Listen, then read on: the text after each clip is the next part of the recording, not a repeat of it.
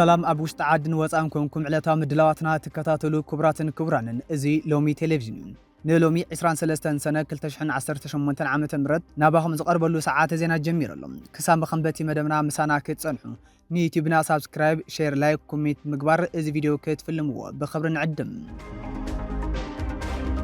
أيت أماني لسفة معراباويان نسرعات بالسجن زبو وزلو دقف كبير حدقا كم زلو أنقغم نشدشت ورحي تباهيلو عاب استسرح كيندا شدشت عمد كنبر تفريدنا كبلو تمزابلتي زوا معراب تقراي مرارتهم قليز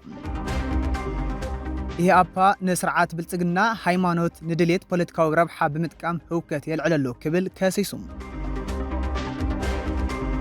بريزيدنت سوماليا ني إثيوبيا كينيان جيبوتين استفاق جزءاتات كبل متقاسو زباو وطري العيلم زبلن كالوتن زرزر زيناتات السنادين لنا لوم تلفزيون اواناون ميزاناون حابريتاتات ببእዋኑ ናባኹም ንከቀርበልኩም ሳብስክራይብ ምግባር ቤተሰብ ሚድያ ናክቶን እናዓደምና በዝርዝር ናብ ዝሓዝናዮም ሓበሬታታት ክነስግረኩም ኣይተ አማኑኤል ሰፋ ምዕራባውያን ስርዓት ብልጽግና ዝህብዎ ዘለው ደገፍ ከቢድ ሓደጋ ከም ዘለዎ አጠንቂቆም ምክትል አቦንበር ሕወሓት ኣይተ አማኑኤል ሰፋ ኣብ ሰሙንዚ ምዕራባውያን ዲፕሎማሰኛታት ንትግራይ ብዝምልከት ሒዘሞ ዘለው መርገጺ ከቢድ ሓደጋ ከም ዘለዎ አጠንቂቆም ኣይተ አማኑኤል ኣብ ማሕበራዊ ገጾም ብዘውፅዎ ሓሳብ ናይ ምዕራባውያን ክብርታት ኣበየለው ክብሉ ሕተል ኢሎም እዮም ምክትል አቦንበር ሕወሓት ኣይተ አማኑኤል ሰፋ መንግስቲ አሜሪካን ሕብረት አውሮፓን ትግራይ ብዝምልከት ሒዘሞ ዘለው መርገጺ ንመንግስቲ ኢትዮጵያ ዝውግን ኢሎም እዚ መርገጺ ድማ ነቶም ምዕራባውያን በዓሎም ዘቐምጥዎም ክብርታት ማእከል ዘይገበረ ምዃኑ ገሊጾም ንነዊሕ እዋን ክንመሃረሎም ዝጸናሕና ክብርታት ምዕራባውያን ዝበሃሉ ሰብኣዊነት ልዕልና ሕግን ዲሞክራሲን በዚ ኣዝዩ ዘይሻራዊ መርገጺ ምኽንያት ክበላሸው ከሎ ምርኣይ ኣዝዩ ዘሻቀል ጉዳይ እዩ ገሊኦም ምዕራባውያንን ዲፕሎማሰኛታትን ጅምላዊ ቅትለትን ከምኡውን ካልኦት ዓለም ለኸ ገበናትን ፈጺሙ ተባሂሉ ዝኽሰስ ዘሎ ስርዓት ብስቕታ ፍልጦ ዝህብዎ ዘለው ዝመስሉ ንምንታይ ምዃኑ ባዕለይ ሓትት ኣለኹ እዚ ድማ ተወሳኺ መጥቃዕትታት ንከተባብዕ ናይ ምግባር ከቢድ ሓደጋ ኣለዎ ክብሉ ወቒሶም ኣይተ አማኑኤል ሰፋ ኣስዒቦም ኣብ አዲስ አበባ ንዝርከቡ ናይ ምዕራባውያን ዲፕሎማሰኛታት እቲ ኣብ ትግራይ ዘሎ ኩነታት ብሓቂ ዕሽሽ ክበሃል ዝኽእል ነገር እዩ ከምዚ ዓይነት ኣፈላላይ ዝገብራት ተሓዛ ኣብቲ ዞባ ዘላቂ ሰላምን ጸጥታን ከስፍን ይልኩም ብሓቂ ተኣምኑ ዲኹም ክብሉ ሕቶ ኣቕሪቦም ንሽድሽተ ወርሒ ተባሂሉ ኣብ ዝተሰርሐ ኬንዳ ንሽድሽተ ዓመት ክንነብር ተፈሪዱና ክብሉ ተመዛበልቲ ዞባ ምዕራብ ትግራይ መረሮቶም ገሊጾም እዚ ዝተገልጸ በኣፈ ጉባኤ ቤት ምኽሪ መንግስቲ ክልል ትግራይ ወይዘሮ ኪሮስ ሓጎስ ተመርሐ ጉጅለ ኣብ ማዕቀዊ ተመዛበልቲ ሰብዓ ካሬ ዑደት ኣብ ዘሳልጡሉ እዋን እዩ ካብ ምዕራብ ትግራይ ተመዛቢሎም ኣብ ዝተቀደደ ኬንዳ ይነብሩ ዘለው ተመዛበልቲ ንሽድሽተ ወርሒ ተባሂሉ ኣብ ዝተሰርሐ ኬንዳ ንሽድሽተ ዓመት ክንነብር ተፈሪዱና ከቢድ ስቃይን መከራን ንሕልፍ ኣለና ኢሎም እቲ ዝነበረ ኬንዳ ብንፋስን ዝናብን ተቀዲዱ ምሳዛብ እናተደፋኣና ንነብር ኣለና ዝብሉ እቶም ተመዛበልቲ ብህዝቢ ዝተመርጸ መንግስቲ ክልል ትግራይ ናብ ስሩሕ ምምላስ ዝዒቡ ናብ መረበትና ክመልሰና እዩ ዝብል ተስፋ ገይሮም ከም ዝነበሩ ድማ ተዛሪቦም ክትምለሱ ኢኹም ዝብል ጭርሖ መፍትሒ ከም ዘይምጽእ ዝገለጹ እቶም ተመዛበልቲ ስድራ ቤት ኣብ ሱዳንን ኣብ ካልኦት ከባቢታትን ፋሕፋሕ ኢሉ ከይተራኸበ ይመውት ኣብ ዘለሉ እቲ ዘላቂ መፍትሒ ናብ በረበቶም ምምላስ ከም ዝኾነ ገሊጾም ኣፈ ጉባኤ ወይዘሮ ኪሮስ ሓጎስ ዕላማ ትዑደት ተመዛበልቲ ናብ መረበቶም ክሳብ ዝምለሱ ዘሎ ማሕበራዊ ጸገብ ንምፍታሕን ሓገዝ ዝረኽብሉ መንገዲ ንምንዳይ እዩ ኢለን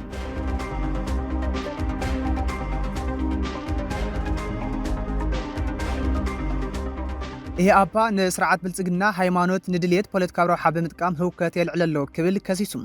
ይሄ አባ እቲ ኣብ ስልጣን ዘሎ ስርዓት ብልጽግና ንስልጣኑ ክብል ንስልጣኑ ዝቀርቡ ዘለው ብድሆታት ንምክልኻል ሃይማኖታዊ ፍልልያት ከም ፖለቲካዊ መሳርሒ ብምጥቃም ህውከት የልዕለሎ ክብል ከሲሱም እቲ ተቋም ውድብ ኣብ ዘውፀ መግለጺ መንግስቲ ነቲ ንዘመናት ብሰላም ዝነበረ ማሕበረሰብ ኮነ ኢሉ ምትሰሓብ ክፈጥረሉ ይጽዕር ከም ዘሎ ኣፍሊጡ ይሄ አፓ ኣብ ዘውፀ መግለጺ እቲ ስርዓት ናብ ስልጣን ካብ ዝመጽእ ጀሚሩ ንነዊሕ እዋን ብሕውነትን ብምትሕባርን ብሓባር ዝነበረ ህዝቢ ንምፍላይን ጎንፅን ምፍጣርን ዝዓለሙ ናይ ዕንወትን ተግባራት ኣጀንዳታት ከም ዘቀደመ ገሊጾሎም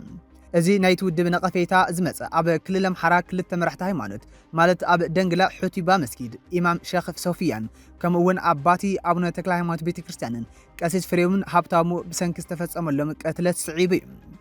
እቲ ተናሓናሐ ውድብ እዞም ኣብ ቀረባ ግዜ ዝተፈጸመ ጥቃዓታት ሃይማኖታዊ ወጥሪ ንምልዓል ዝዓለሙ ናይቲ ሰፊሕ ውዲት ኣካል እዮም ኢሉ መንግስቲ ንህዝቢ ንምፍልላይ ዝገብሮም ካልኦት ጻዕርታት ምስ ፈሸሉ ሕዚ ናብዚ ናይ ሃይማኖታዊ ካርታ ከም ዝተመልሰ ይገልጽ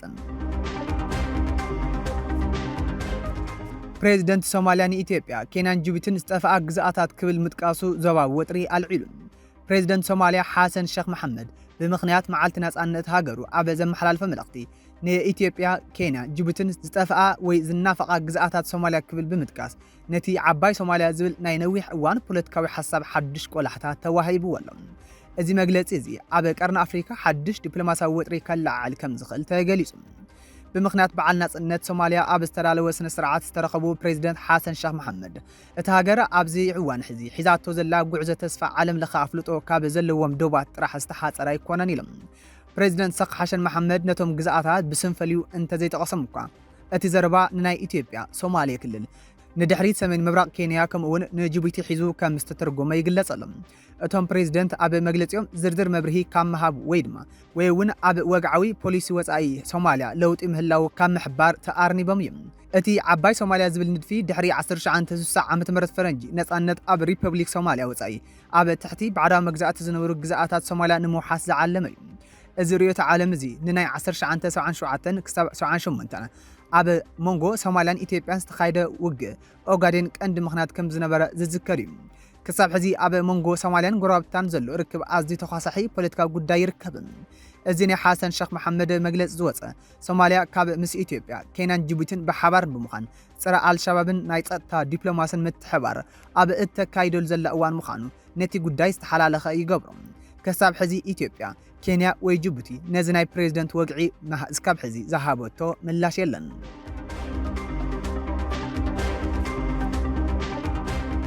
ፕሬዚደንት ደቡብ አፍሪካ አንጻር ስደተኛታት ንዝካየዱ ሰልፍታት ዝምልከት መጠንቀቕታ መሓላሊፉ ፕሬዚደንት ሲሪል ራማፎሳ ሕጋዊ ሰነድ ዘይብሎም ወጻእተኛታት ካብ ደቡብ አፍሪካ ክወፁ ካብ ዝተወሰነሎም ዘይወግዓዊ ገደብ ቅድሚ ሓደ መዓልቲ ኣብ ዘመሓላልፈ መልእኽቲ እቶም አንጻር ስደተኛታት ሰልፊ ክገብሩ ዝሓስቡ ዘለዉ ሰባት ብዘይ ምድፍፋእ ምፍርራሕ ወይ ናይ መወዳእታ መጠንቀቕታ ክንቀሳቐሱ ከም ዘለዎም አጠንቂቖም። ኣብ ዝሓለፈ ሰሙን ብኣሽሓት ዝቑፀሩ ዜጋታት ካልኦት ሃገራት አፍሪካ ጎንፅን ዓመፅን ብምስጋእ ካብቲ ሃገር ወፂኦም እዮም።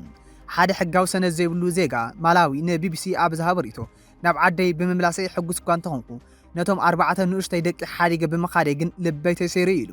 ካብ ዝሓለፈ ወርሒ ኣትሒዙ ተቃውሞታት እናሓየለ ኣብ ዝኸደል ዘሎ እዋን ራማፎሳ ነቶም ሰልፈኛታት ብሰላማዊ መንገድን ብሓላፍነትን ክንቀሳቐሱ ብተደጋጋሚ ክምዕድ ጸኒሑ እዩ። ብተወሳኺ እውን ኣብ ሕግታት ስደተኛታት ምምሕያሻት ክግበር ከም ዘድሊ ተቐቢልዎ ኣሎ።